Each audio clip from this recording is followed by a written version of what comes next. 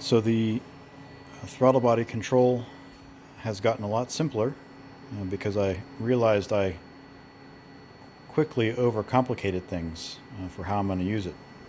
So since this is going to be used as a valve, essentially opened or closed, there's no reason for me to have a position control, at least discrete position control, aside from either fully opened or fully closed, and have some control over the speed at which it opens and closes.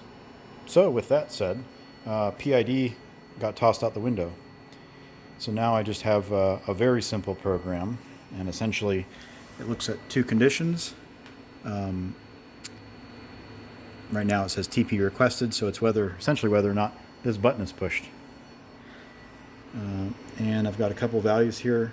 The 100 is essentially the effort or the speed at which the motor will rotate, will drive, and the TPDIR is the direction, whether it opens or closes. So I've got two conditions. One is opening, one is closing, and I've got two different rates. So that will get a little more evolved, but essentially the way I've got it now is it's being powered, so when I push the button it closes, let the button open, or let off the button and it opens.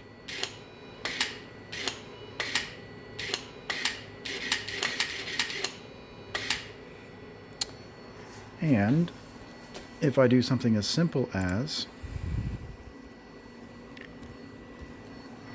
so I'm taking that number and this number, and I'm just, let's say, cutting them in half. So I'm going to flash that. It'll reset. So now when I push the button, because I've reduced those numbers, the speed should be reduced. Hey, look at that. So I'll be able to build a little bit of a map if I need to tailor the opening and closing speed to the particular condition when the eBoosters are on or coming on or shutting off.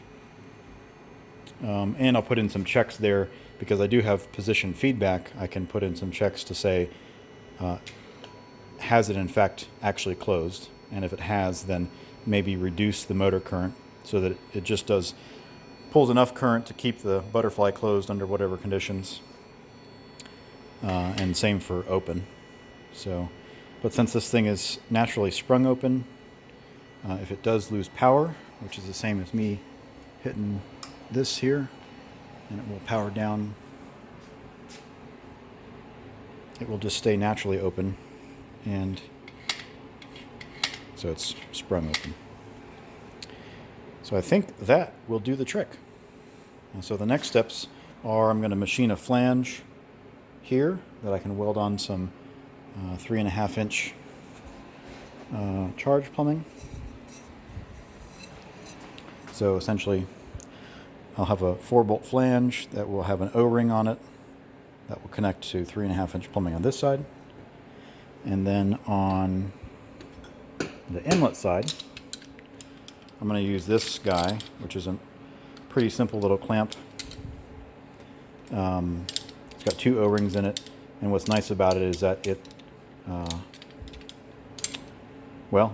it'll hold a good bit of stress, and so essentially I'll weld him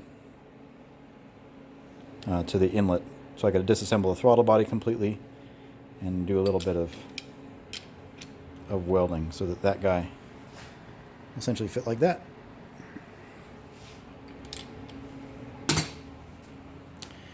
That's the plan to make the compressor bypass valve for the eBoosters.